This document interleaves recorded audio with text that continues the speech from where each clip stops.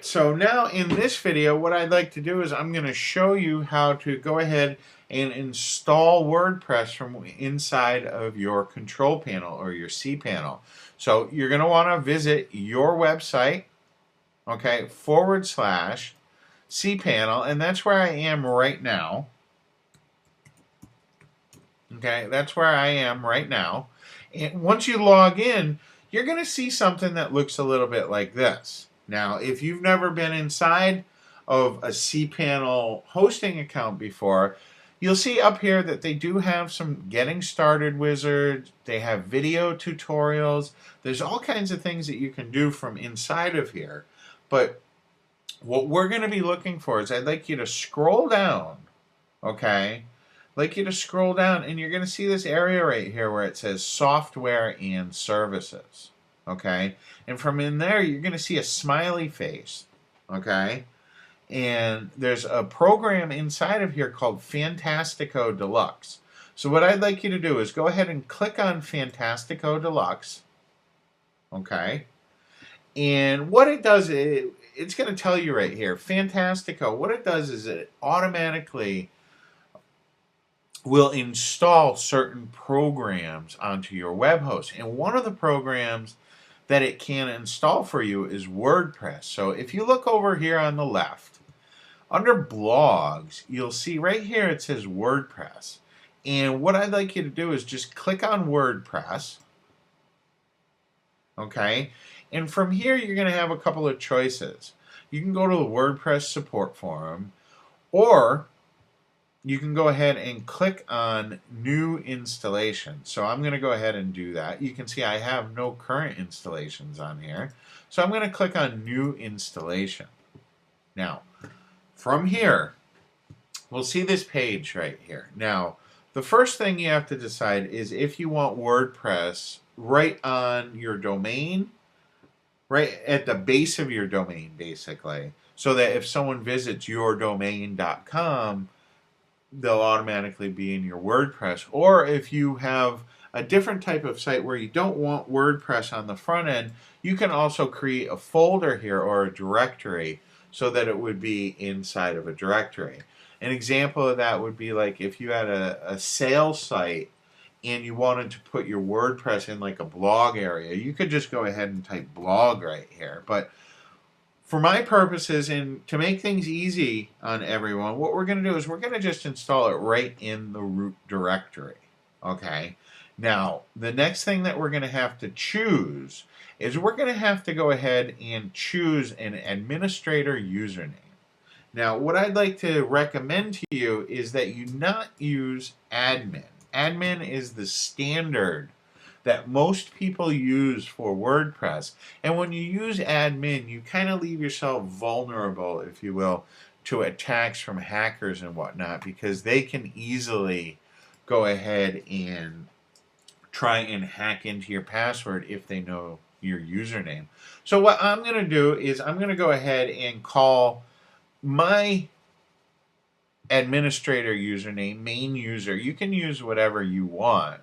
And then you're going to need to go ahead and enter in a password.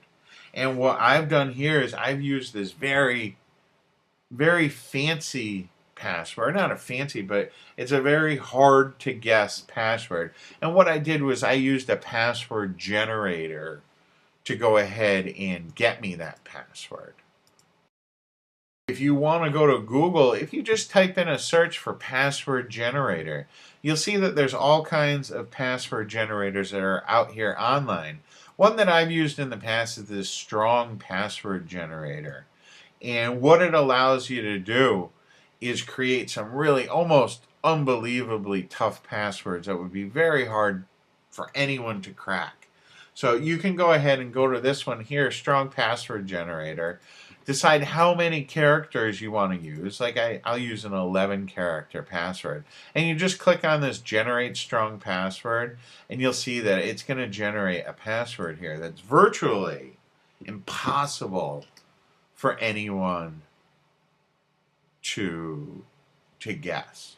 Okay, I mean, it would be virtually impossible. But if you are going to use Strong Password Generator or a service like this, you definitely want to make sure that you write down this password in a safe and secure area. So I've chosen a very good password. I'm positive that this password is going to work well for me.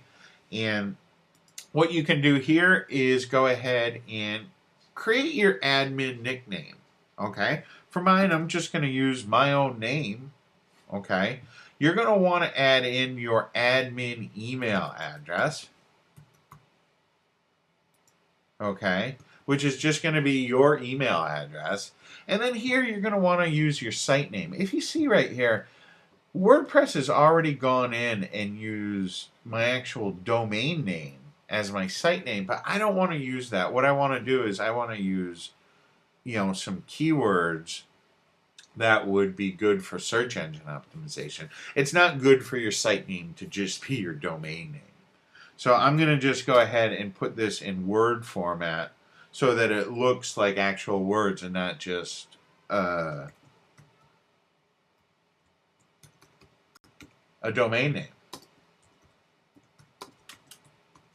And then the same thing you'll use for your description. Use some words that describe your website pretty well. So if you had a website about cars, you'd want to, have cars in your description here.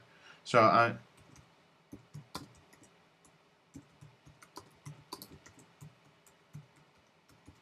that's what I've done.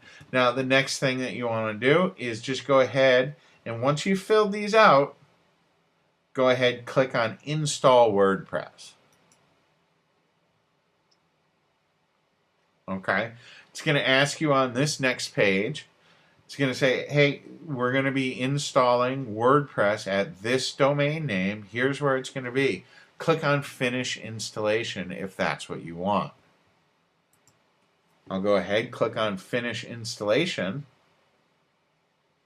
Okay, and you can see that WordPress has gone ahead and been installed. And what you're going to get right here, okay, is your username and password as well as the login for your WordPress dashboard are going to be right here. So you're going to just want to copy this and put that in a safe place. All right, and that's going to do it for this video. WordPress is already installed using Fantastico. If you need any help, just go ahead and rewatch this video. It's going to show you step by step how to go ahead and do this.